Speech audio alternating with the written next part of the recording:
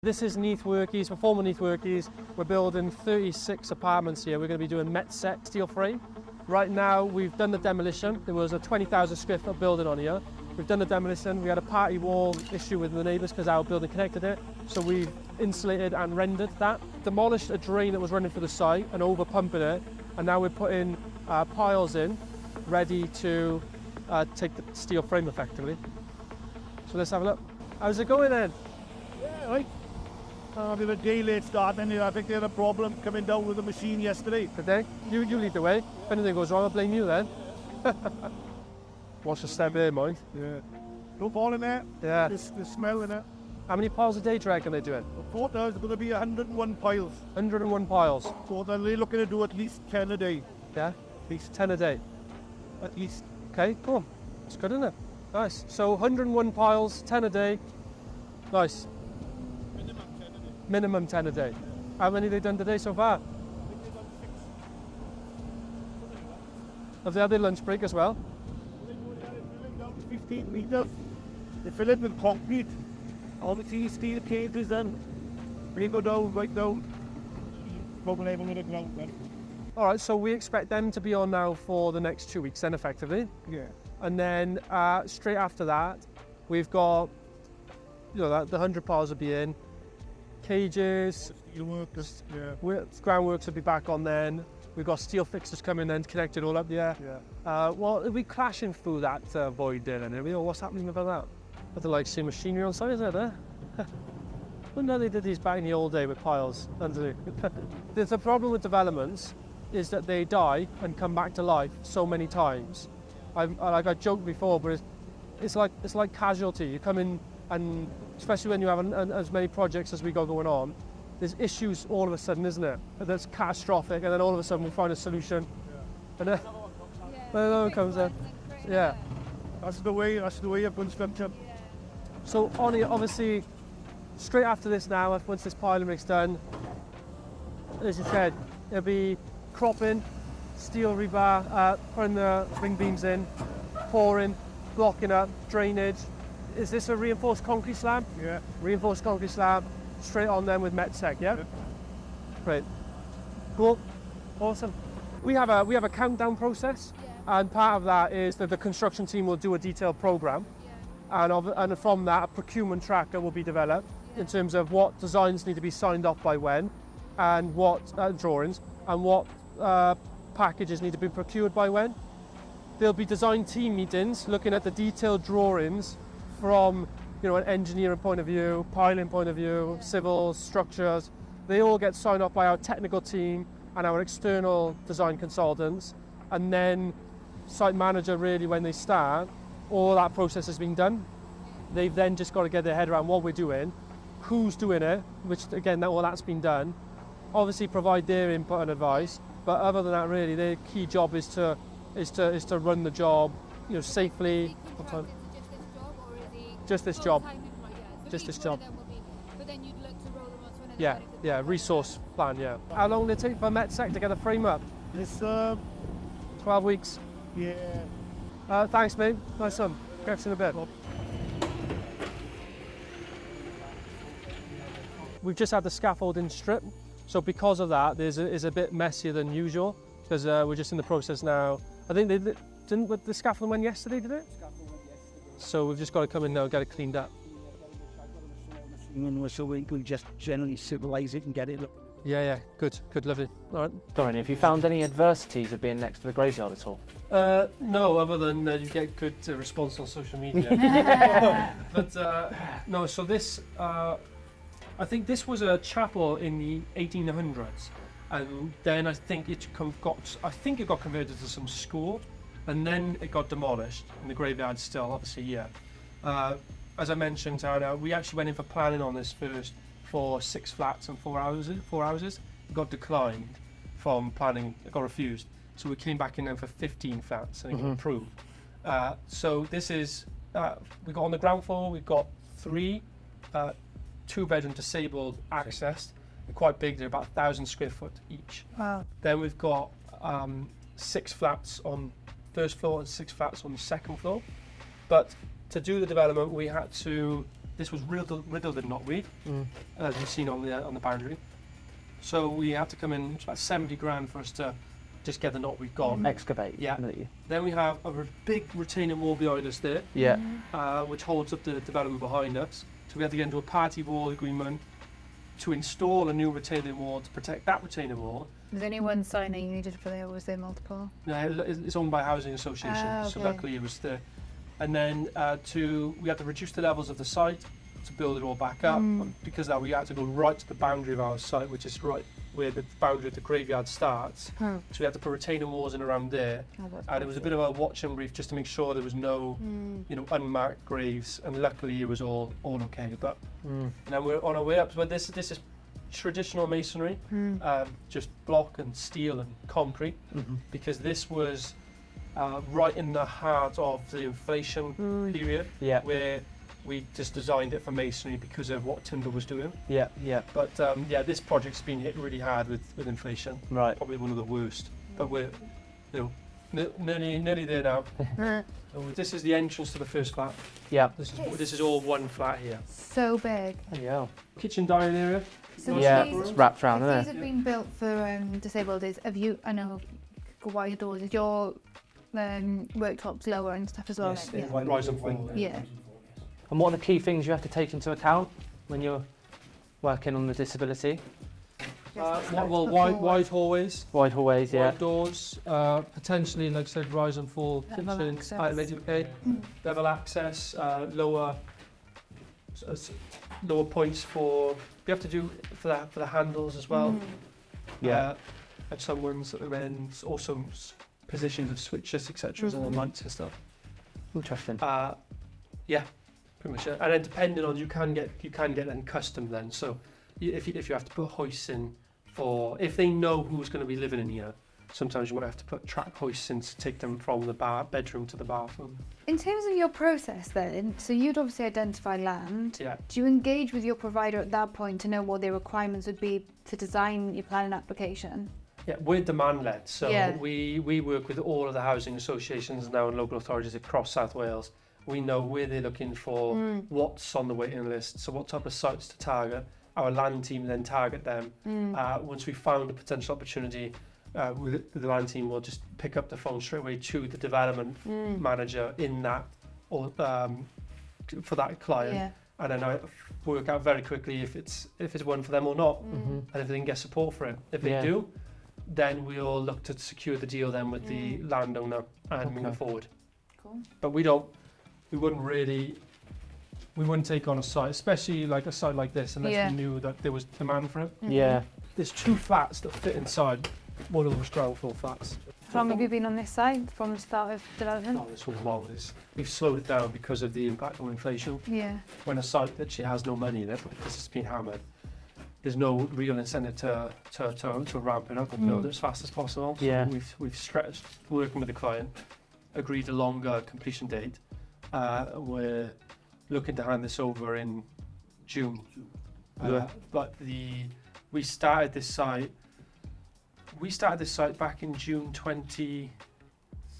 This site had a phased start, so we started at the first thing we did was the remediation, but then we couldn't start the development because we needed a Section 278 agreement. So we actually had to wait. We sold the site, we started in June 2022, not 23. Yeah, that's how. I know you spoke about GDVs.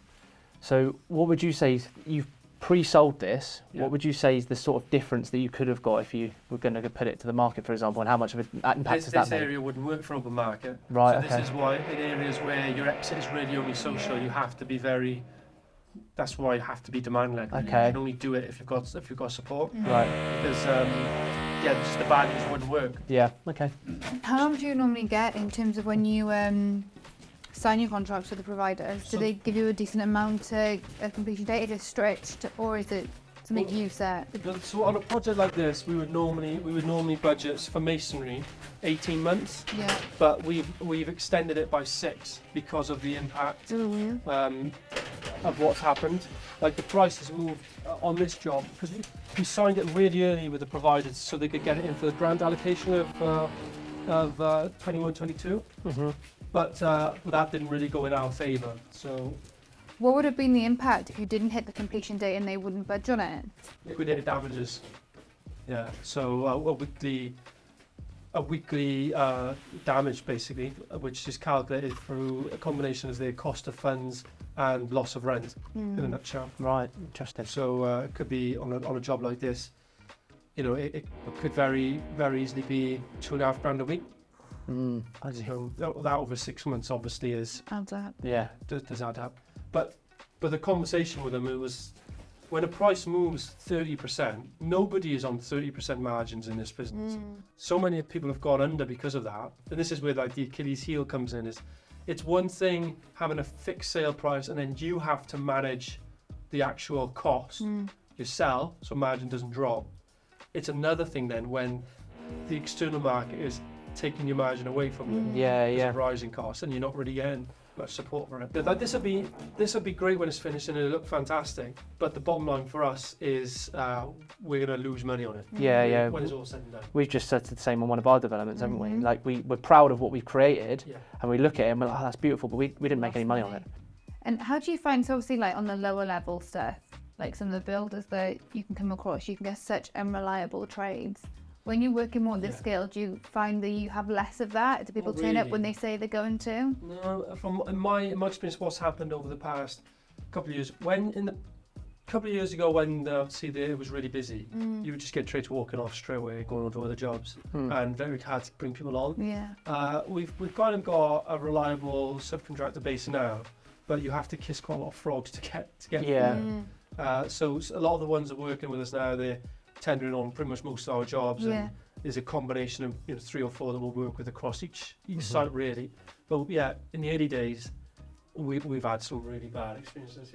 Yeah. And you lose money on it. Yeah. This is why, in my head, I can see, I have a groundworks team and a factory, and the groundworks team do that, and we build the plots internally, and we bring them to site.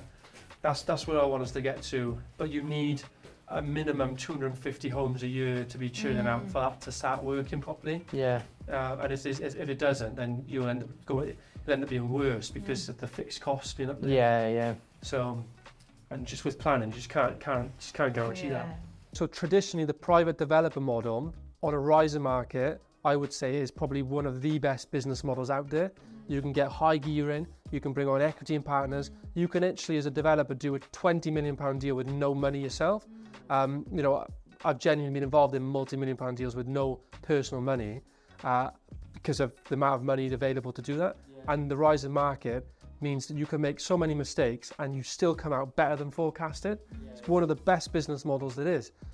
But in a stagnant or declining market, it's one of the worst business models there is. Because, as they say, the tide goes out and you see you swimming naked. In a fixed price sale model, forward sold business like this, your exit is fixed. You cannot rely on appreciation anymore or that hope. So you have to be excellent at delivery. You have to know your budgets, you have to deliver on time, you have to deliver to quality. You cannot make much mistakes because your margin will only go down. And if it goes down too much, you're going to be effectively insolvent delivering the project because you'll have retentions. So that's the big difference. And that's why you see a lot of private developers have done extremely well in good times and then they still end up going bust because they don't really trade very efficiently. They're just relying on, whether they know it or not, just in there, hardly any systems, markets rising them up. That's great, extra 50k per plot. It's quite hard to overspend if you've done a reasonable job, 50k per plot over 20 plots. So that appreciation really does cover so much. But that 250k will be 250k anyway in 18 months in a fixed price. Yeah. And with people starting out in new builds, what would you recommend in terms of size of site and how many sites at one time? Yeah, so I'm going to give you advice that I never did, obviously. It's just to say, do as I say, not as I do. You start reasonably small. If you're not going to start small, you have to mitigate your risks in other areas. Like if you're going to do a deal and you're not starting small, you need to be partnered with an experienced builder or somebody who knows how to build and an equity partner. Because if the market turns against you, you can wait with equity. don't go in on deals as a high leverage deal, because you have to be very good at doing those deals consistently, or the market has to be in your favour. Otherwise you won't get out, and then you'll be insolvent, and then you'll go bust. So I would say start small, because you know, anything under 10, I would say, that's really going to be the same as if you're doing 20 in theory. The things may change, is just infrastructure, but other than that, I would say doing a 1 unit deal is different to doing a 10 unit deal, but doing a 10 unit deal isn't that different to doing a 20 unit deal. Doing a 20 unit deal is really not that much different than doing a 40 or 50 unit deal. The thing that changes is just infrastructure, really. So they wanted to get EPCA as best as possible from fabric first, which means the structure itself. And you can only do that with increased insulation. But the problem is now we build these houses quite efficient, where the air tightness is really low, insulation is really high, PV, you know, everything's maybe even mechanical ventilation or air source heat pumps as well. You've got all this stuff going in where these houses are now like tight boxes. You've now got overheating issues. Because you know, it's boiling. Yeah, I can imagine in the summer they must be absolutely. Yeah. So now a new, you know, a building regs come in, you now have to factor in overheating. So yeah, it's never ended. Yeah. But I've always loved tangible construction. I mean, just look, crane on site, it's great to see them, man. People probably get bored of that. I never do. You know, in terms of like spec of brick and pillars of windows, is that your choice or is that part of the spec? So it's if you're getting them on board at an early stage, planning actually have quite over here anyway. Planning have quite a high level of input on the design, and then once you've got that feedback, you have to. Basically, we draw up designs, get them approved by the client, submit them to planning, but then planning can change them, in a nutshell. Yeah. How many bedrooms is this one, Clyde? This one's a 3. So we've got a living room here, and kitchen area over here, downstairs wet room. Yeah, the cylinder will be in there. Yeah. And then upstairs, this is just, I think this is just over 95 square meters, this house. So, yeah, 100. And we got a bathroom. Oh, you're going upstairs as well? Yeah. We have to put the ground floor wet rooms in. Yeah, it's typical size of the bedroom. Master bedroom's over there. What's Very clean space. Do you just go by building regs in terms of bedroom sizes? No, we go by WDQR standards, Welsh Design Quality Standards. Are they a bit bigger than building? Yeah, well, they're bigger than minimum space standards. Yeah, okay. But in addition to that, though, you have to design. It's about furniture and actual usability as well. So there's the space sizes that get given to you, but you have to, when this has been done on a plan, you have to map the furniture on it. And also access around the bed. Can people walk around it? How can they use all that furniture properly? To make sure that when someone moves in, it all works. Yeah. So do these come with driveways, gardens? Yeah, so there'll be 2 parking spaces per house. Down the side. Yeah. And then they'll have minimum 40 square meters of garden as well for the houses. So we're doing this throughout, but some housing associations, they don't put the flooring down. How does that work? How does that work then?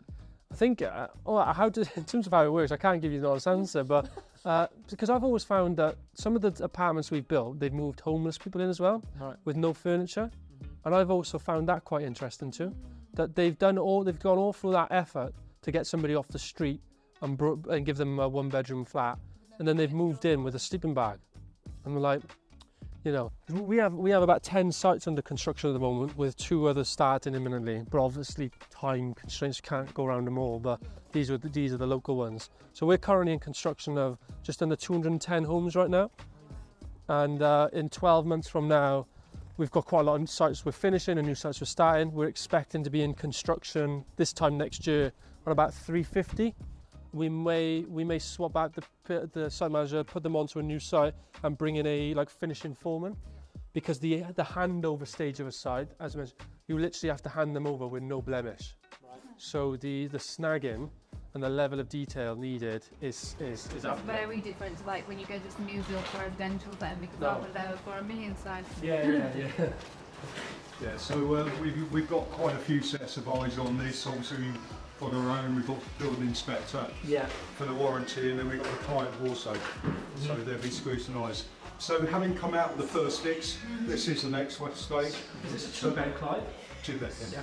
So this house is fully boarded now, and what we do next is tape and joint. So we tape and joint, and then I'll show you one that's been plastered, we're spraying it, as opposed to spraying it. So we'll show you like this up. Well, there we are. Feel free to You're doing the same with this, spraying this, are you? Yeah. Yeah, okay. Yeah.